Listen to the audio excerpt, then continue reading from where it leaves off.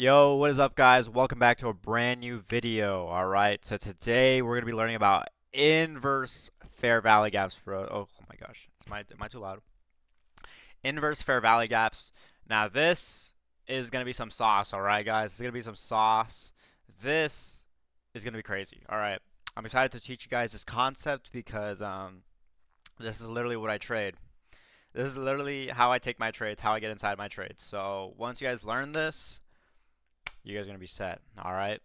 So, anyways, let's get onto the chart. I don't think I even have TradingView open. Actually, I do. Cool. All right. Um, TradingView. Let's. Bro, why is TradingView being stupid? Give me 1 second. It won't even show me the window capture. Hello? Wait.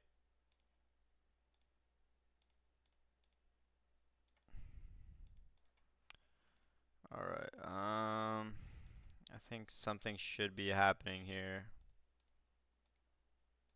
There we go. All right. Cool. So. Ignore this right here. I'm not showing off anything. Okay. All right. So, inverse. So we learned about fair value gaps yesterday. So it's pretty much when there's a gap between the first candle's wick and the third candle's wick, and there's a body in the middle, and we have an area where price can come into and it'll like push out of, right? So now we have inversions. So an inversion fair value gap consists of a fair value gap being invalidated by a candle pushing through it and closing above slash below the gap. This indicates that price is not affected by the gap and gives a bit more confirmation that price will keep heading that direction. So usually what's going on is that, usually how I was saying that price should bounce out of this gap right here. Well, what I trade is the opposite, where we invalidate that. We don't care about this gap. We just put dude, what am I doing, bro? Why did I just do that? Why did I just do that? Okay, anyways, we just this candle just goes through this gap, all right? Just obliterates the gap. And yeah, that's pretty much what I trade. Now let me show you guys some examples of this. If you guys want to take some notes, but let's go on to the charts here real quickly. By the way, this is the trade that I took this morning, bro. Fire trade. Dude, we started getting some. Oh, dude, this would have been a crazy entry right here. God dang. Um, or maybe this too. Wow. Or actually, nah. That was alright. Anyway, this is interesting trade that we took this morning, but good trade. So, anyways, let's look for some examples, right? So we know obviously fair value gaps, they bounce out, right? So for example, this would be this fair value gap right here, right? And you guys can probably already see some where we bounce out of this range right here, bounce out of this range, kind of this one here, but this is not really too. But an inverse, all right? An inverse is when there's a fair value gap, but this candle right here closes above. So if I can go on replay real quick, look at this, right? So we have a fair value gap right here. We have one here, and we have one here. And like how I told you guys last time, we combine both of them. So we combine both of them, and what ends up happening is we'll end up retracing into this, and we break through it. So we close above. Notice how the candle has to close above. This is very important, guys. Take notes of this. Candle always must close above or below to be an inverse fair value gap. All right, so it has to close above or below. In this case, we close above. So here, we're here, and then we'll target whatever, and then, yeah, we just let it play out. Boom. So that's pretty much what an inverse fair value gap is, where it's like, all right, since it broke through this, because usually if this wasn't the case, um, you know, you think that we would kind of go into this. We would go into this, right, and bounce out, but we just do the opposite. We do the opposite, and since we got up here, we just keep going up, right? And that's pretty much the idea. That's pretty much the concept is since we didn't respect this, we go up. And yeah, we can find some more examples of this on the charts. I mean, I literally took a trade off of that today. I can show you guys right here. This is the trade I took today. So here, right? We get a sweep of liquidity right here. So watch this. Sweep of liquidity. All right. What do we have here? We have a fair value gap one right here. And we also have one right here. It's a small one. You guys can't really see it that well with this replay logo. But we combine both of them since they're both together. And we'll extend it out like this. And see if price ends up going up here. And if it doesn't, then we just don't take it. But it does. So since we're in up here and the price closed above this fair value gap, we know that this fair value gap is invalid, and we know that price wants to keep pushing up now. So now what I would do is I would place a trade, right? We can just go for a 1-to-1 right here. Nothing crazy. And then, yeah, let's see what happens, right? Boom, boom, boom. Told you guys, right? Easy. And that's how you get a winning trade, right? So you get liquidity sweep with an inverse fair value gap, usually another fair value gap to like the left that we get that is like kind of supports the bottom level of this. I don't think we really had one for this. I mean, it was, but it was like a really small one. But I just knew the draw and liquidity, but that's just a what do you call it? Forget, I can't remember. It's just a like experience type of thing, right? And I think we just started to go down after this. So I actually got really not lucky, but I mean, it started to chop and then started to go down. But yeah, let me show you guys some more examples right here of inverse fair value gaps. These are all everywhere in the market, dude. They're everywhere. You'll find them everywhere. So for example, let's go on the 5-minute here. Let's see here. Try to find a good one. All right. Run right here is really. This one's really good right here. All right. So, is this an inverse fair value gap? Right. It is because this candle closed all the way above here, above this price area when it should have just gone like this, but it didn't. So that means we know we're probably going to keep moving up, and we do keep moving up. But this isn't always the case, guys, right? You guys have to keep that in mind. For example, right here, another inverse fair value gap. We close above up here. It's kind of high up, honestly. But, yeah, close up above here. We could probably target this like high up here or something for a trade. But, yeah, since we close above here, we'll enter right there, right? And yeah, let's see. There's some more over here. Whoops.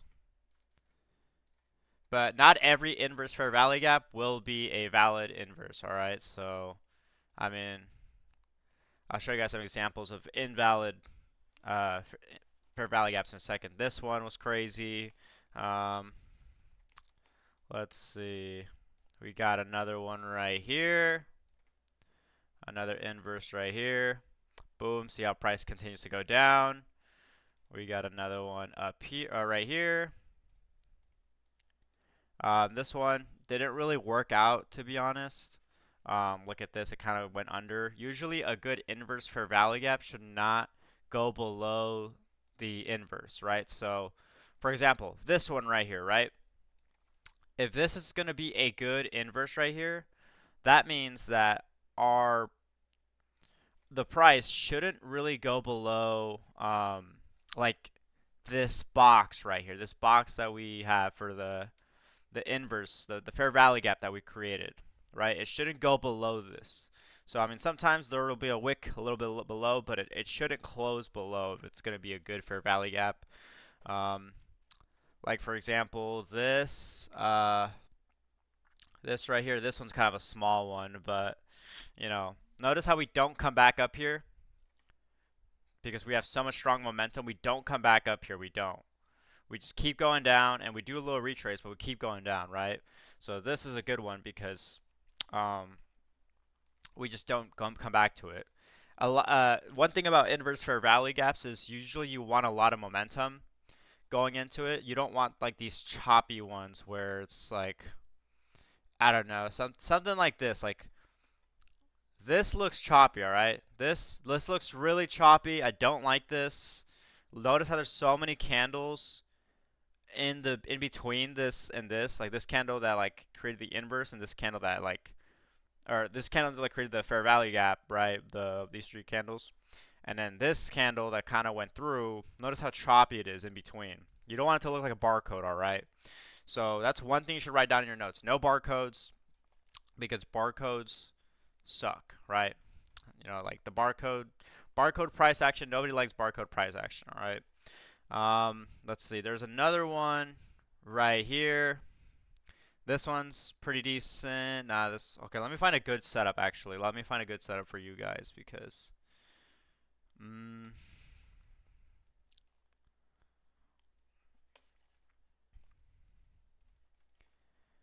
Alright.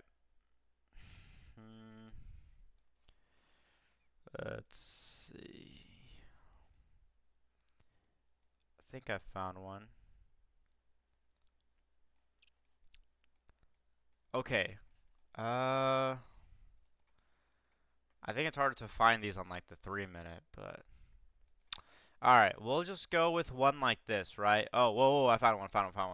Alright, sick. Alright, so for this one, we're gonna combine some of our concepts that we've learned. So we have a liquidity sweep right here. We swept this. We can say we swept this too, right? So we swept some liquidity, and I don't know if there's a fair value. Oh my gosh, I just messed up. Dude, I don't even know where that was at. Okay, well, it's over here. But, it's really far away. Alright. Well, there's no fair value gap, but I want you guys to look at the candle, like, the candle formations, right? So this is really important, guys. You need to take notes on this. So, if you look at the candle formations, there isn't many candles compared to the other one. Like the other one had like 6 candles, right? Like there were probably more, honestly. It was probably like about like I would say like 9 to 10 candles. So usually the best. So let me do a tier list, right? So S tier, 3 candles. Bro, can this thing get out of the way? 3 candles or less. Well, actually, that there can be less because there needs to be 3 candles.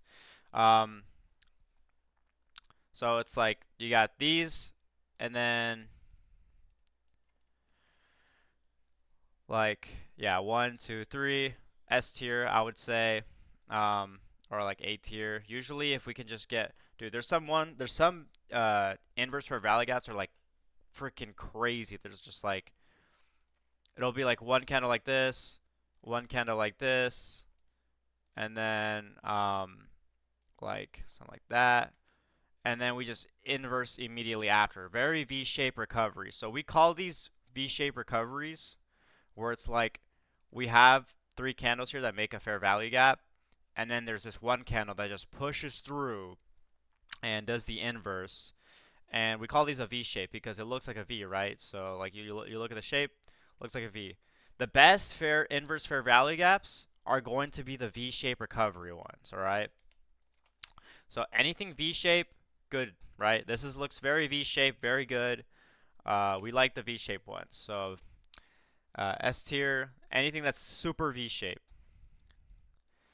So like 2 to 3 candles or less. Bro, can this?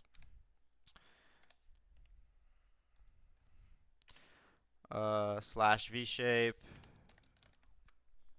All right, A tier, probably like 5 candles. 5 candles. And then honestly, everything after that kind of sucks. I mean, you don't really want to trade anything else. Um, honestly, I would probably move these around.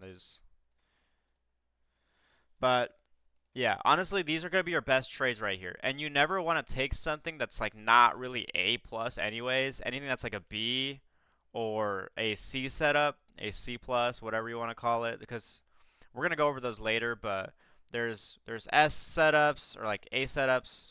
Usually, no one calls them S, but like A plus setups. You got like A minus setups where it's like almost your everything in like combined, and then you got like everything else, which is like B or C or F setups, right?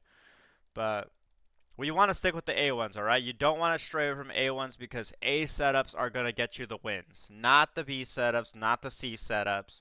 You're just gonna have a very, very bad time. Forgot that there was a what's it called? That right there. But yeah. So inverse fair value gap. So now that we've combined, or we've learned about all these comps, so we got liquidity, right? We got we got fair value gaps. Oh, what the freak? All right, I guess I just plugged myself. But fair value gaps, inverse fair value gaps. All right, now these are kind of the main ingredients, right, guys? This is the main ingredients you need um, to cook up a solid trade, right? So once you know the liquidity, once you spot a fair value gap, so let me give you guys an example real quick. For example, something like oh, that could have been really good.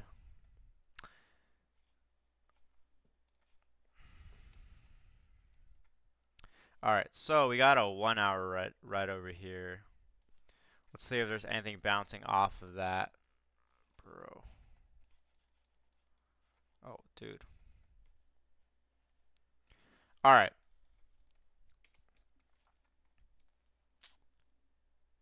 I'm trying to see if there's any like. It's hard to really see any setups. Um. Okay. This is not a good one, dude. Why is there no setups here, bro? Am I just tripping balls? All right. Well, I think there's one on the 5 minute here. All right. All right. I found a setup. All right. So we got a high right here, right? Watch how we swept this right here. So we got liquidity, right? We got our liquidity sweep because we got a high up here. We got a red, green candle. And what is right next to that? A fair value gap. So we can mark out that fair value gap, pull it all the way over, and notice how now we have a fair value gap and a liquidity sweep combined, which is already amazing. Already signs of a trade probably about to play out. And then we can go over to the lower time frames.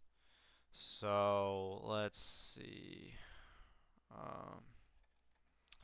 So on the lower time frames, right? We can go to the 1 minute. That was on the 5 minute, I believe. But we can go to like the 1 minute, right? So we have what? A fair value gap right here. And it was a very small one right here. We'll combine it, whatever. But we have a fair value gap right here, right? On the left. And since we're bouncing out of this, we're expecting it to go down, right? Once you sweep a high, you're expected to go lower. And with the fair value gap combined, dude, that's like double push, right? So we close all the way down here. Notice how we didn't close until this black candle right here. It went under this gap. All right, cool. So we can enter our trade here. And usually the way I place my trades is I will kind of just guesstimate where the stop loss should be. So if you're placing it and you're entering on this area right here, you kind of just want to put it above this like box, the fair value gap, or below, whatever, if you're taking a long. This is a short, so we're going short right here, or we're selling, whatever you want to call it. But yeah, so what else was I gonna say? Um yeah, I don't even know what I was gonna say, dude. So yeah, I'll just put it like right above here, usually like around here. You could put it at the swing high, which is this high right here. You can put it there, but usually sometimes I'll just leave it there. Depends on the price action. But yeah, so I'll put it there. We enter right here, and I usually target 1 to 2 RRs. So in this case, we can just target 2 because I will only max target 2. And just watch how this trade plays out, right? It won, dude. It won. Good trade. You know, had on the higher time frames, we had a liquidity sweep, a fair value gap, then we got the inverse. So the inverse is the entry model, right? The inverse is what we use to enter the trades, but the liquidity sweeps and the fair value gaps are only used to know if we're gonna bounce out, right? If we're about to get the entry set up. So only use fair value gaps, only use liquidity sweeps to pretty much confirm or to figure out where price is going to, but don't use it to enter, right? You don't want to be entering up here because you don't know if price will keep going down, right? Like, I mean, you could do it, but it's really risky. You need a confirmation model, and this model will pretty much confirm, hey, we just broke through this fair value gap that we probably should have held. This is probably a likely thing that price is just gonna keep going lower, and look what happened, dude. We kept going lower, and dude, this imagine, bro, the 1 to 22 R, bro, crazy trade. Nah, but nobody will hold that long. But yeah, you only want to hold for 1 to 2 RR. Um, you don't want to, and what RR is, let me explain that because I don't think I really explained it. It's pretty much risk to reward ratio. So, for example, right here you see 3.66, right? So, let's say for example I go for 2 RR. 2. So, if this was my trade, that means, hold on, let me move it up. All right, so if this was my trade, that means if I lost this trade, let's say I was risking $500 on this trade. So 500 I'm risking on this trade, right? So that means if the price goes up here and hits my stop loss, that means I would lose 500 if I touch that. But since it's 2RR, that means whenever price reaches this point, that means whatever I'm risking would be multiplying that. So whatever 500, whatever you're risking, in my case 500 times 2, it would be $1,000 I would make on this trade, right? Which is really good, you know? So that means you would have to win at least 50% of your trades in order to win, right? To win. And that's good. It's good, right? But, you know, if you got a higher system, a higher win rate system, then because every strategy has a different win rate, and I mean, I'm only here to teach you my strategy. I'm not here to teach you another strategy, but my strategy has about like a 60 to 80% win rate. So you would only need from anywhere from 1 to 2 RR to be profitable. And that's really good. I mean, I would say, I mean, it could be higher. The win rate for that could be higher, but since I mean, since I'm not a robot and I don't have that much market experience at the moment, for me, I have that win rate. But who knows? Maybe you can have that, and maybe I'll have that in the future once I start getting more experience. But yeah, that's pretty much it. And let's see, what else was I gonna say? Um, yeah, so we went over inverses. I don't know if I have a video for. I guess I will go over the strategy eventually. But yeah, I think that's pretty much it. Um,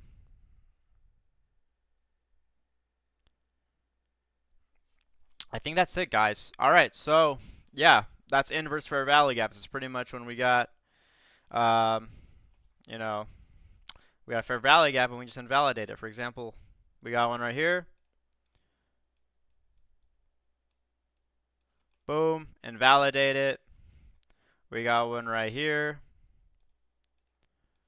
Boom, we invalidate it. We got one right here. Boom, we invalidate it. We don't bounce down. I think I showed you guys this one right here. Uh, Boom, we invalidate it.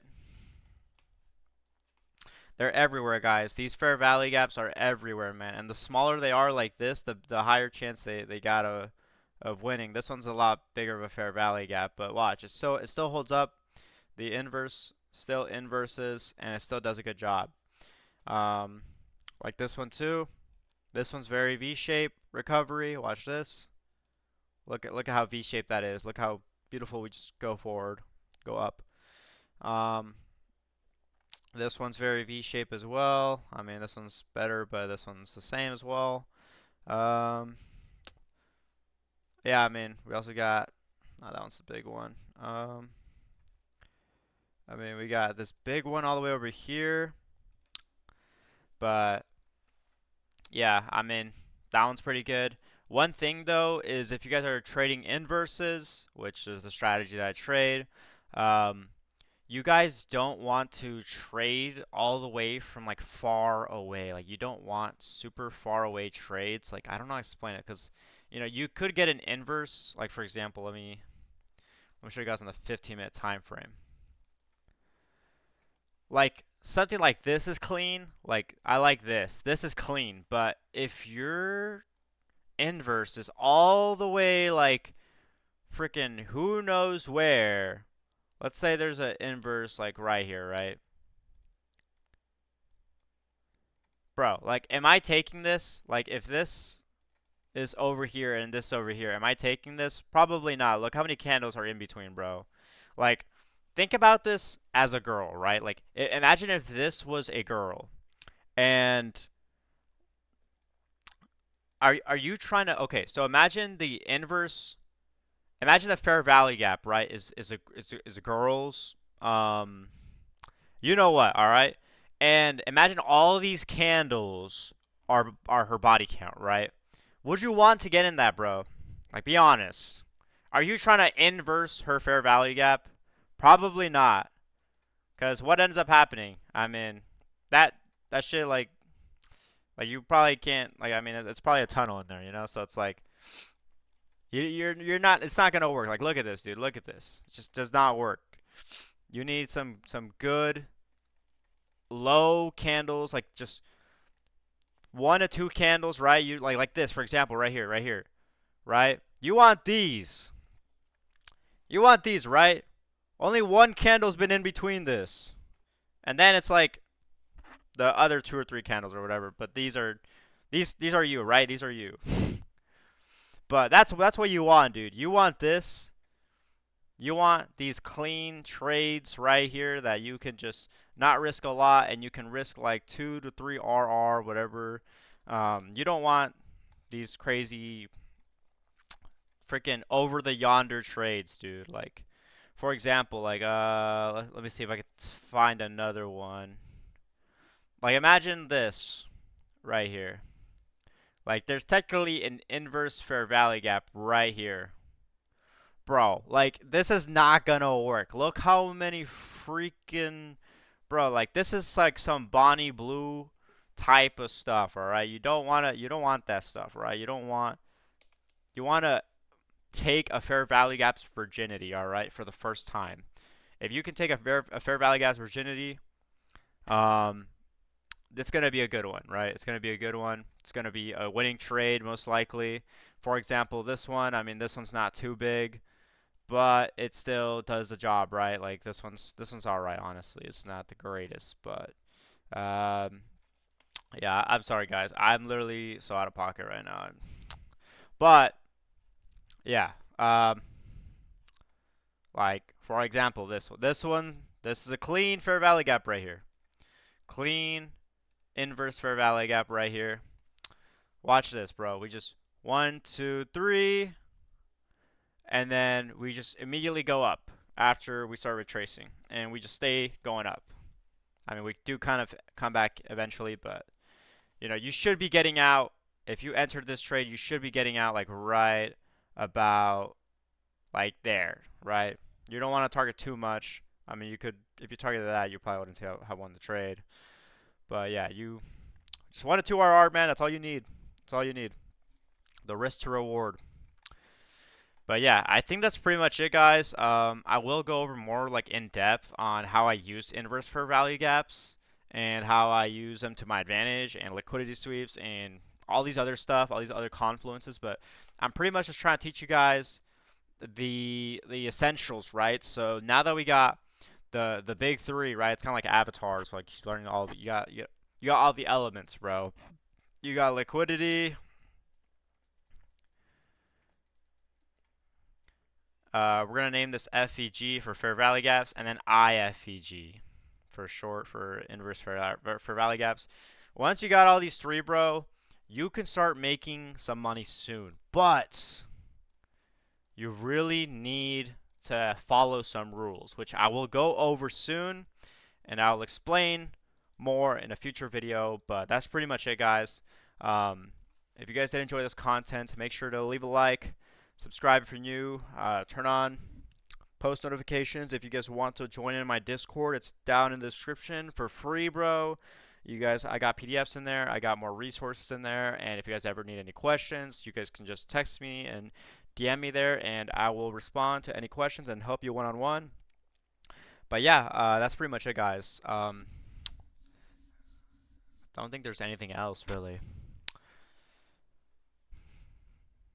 But yeah. All right. Well, anyways, I'll see you guys in the next video. Peace out. Bye-bye.